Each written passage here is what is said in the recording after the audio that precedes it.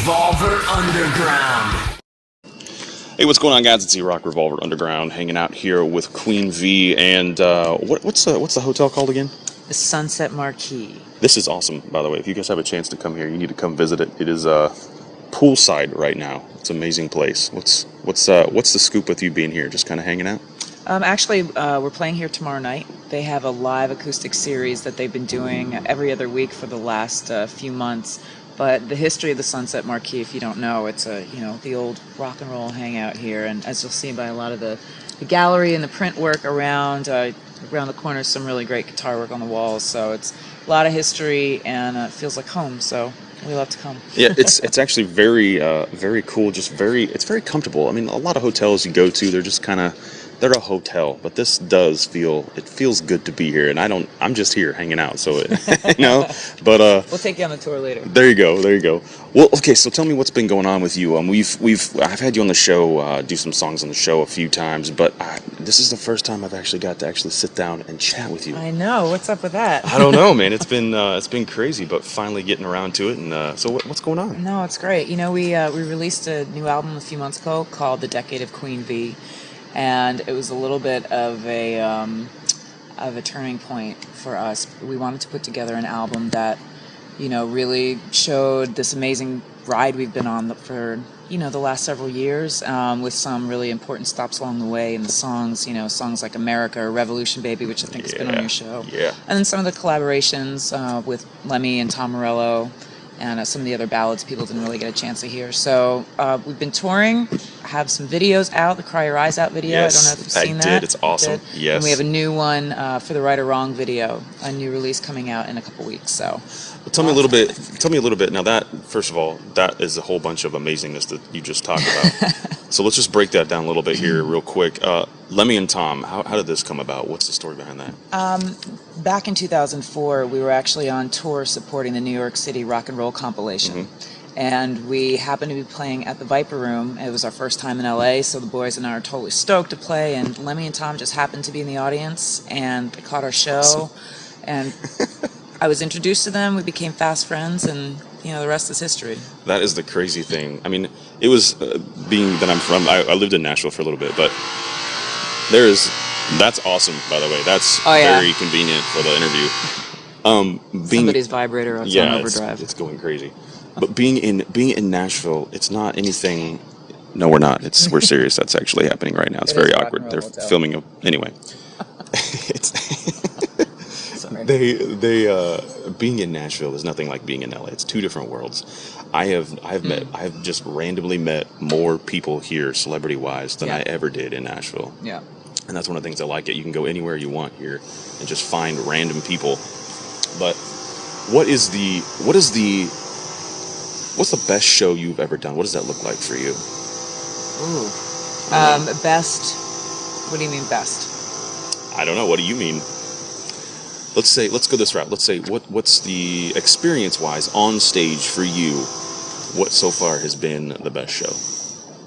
Well, there's certainly been some highlights along the way.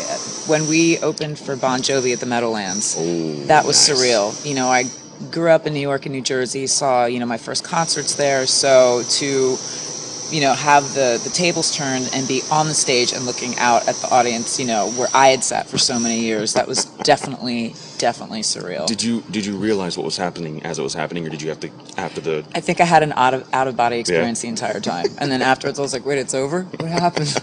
Where am I? Oh, no, man. it was amazing. But really, the best kind of shows for me are whether it's solo acoustic or with the band, but that the sound is on point, people are there, everybody's there to have a good time, rock their faces off, and just get down and dirty. That's exactly it, and that's what if I'm going to a show, that's what I want to see. Yeah. I want to see I'm just going to sit down and do my thing. It's got to be a rock show. But no, you got to leave your guts on the stage. Yeah, you do. That's you do. rule number People one. dig that. Yeah. They really do. Plus, it's fun to do that on the stage yourself. So, all right, so you're sitting down, you have this thought in your head that you want to write a song. What is the best writing environment situation for you?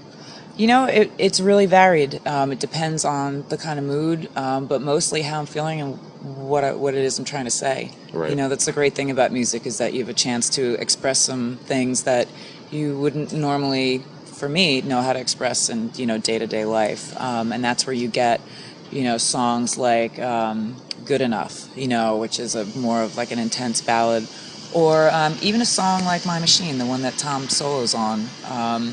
Which is a song all about like power and pedal to the metal and really going for it. So again, it just really depends on what's going through my head and my heart. That's fair. No, that's fair. What's the best? Well, not the best, but maybe the most memorable thing a fan has done or said to you or for you. So I have a little girl named Savannah in New Jersey who is a fan whose father brought her to a show when we played at the Meadowlands, at the racetrack at the Meadowlands. That's a bizarre story. Nice. We'll leave that for later.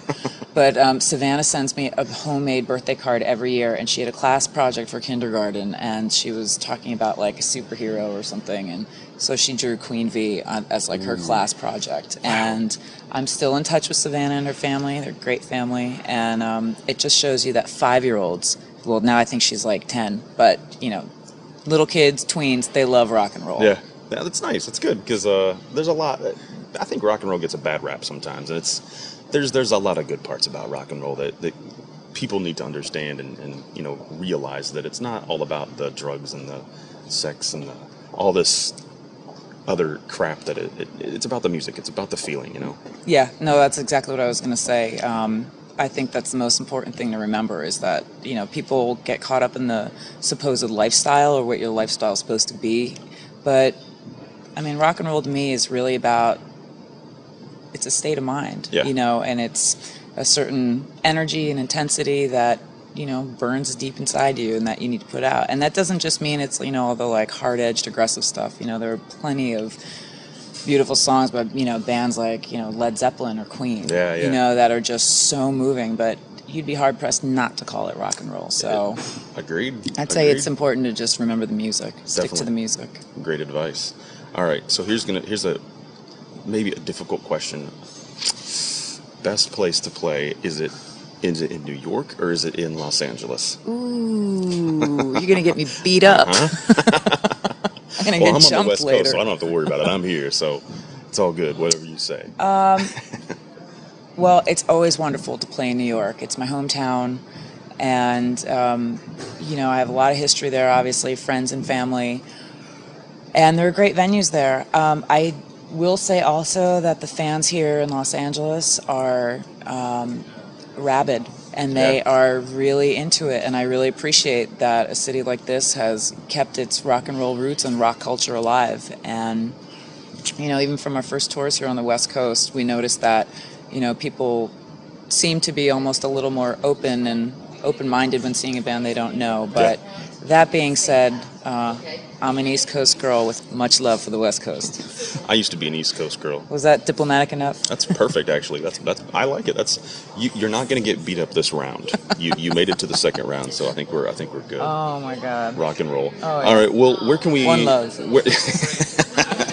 I got a brother who lives out here now too, so come on. Nice. Well, that's good though. That's convenient. It's all good. You can love both of them. It's not a big deal. Absolutely. It's totally cool. Absolutely. I like New York City. It's a great place to be. I can't live there because I visited there when it was in the winter. I was a block away from the Hudson, and there was 950 mile an hour winds. Yeah. And I was not a fan of that. Yeah. And I'm from the Midwest where winters are horrible anyway. And I was just like, yeah, this isn't going to work for me. I can't do this.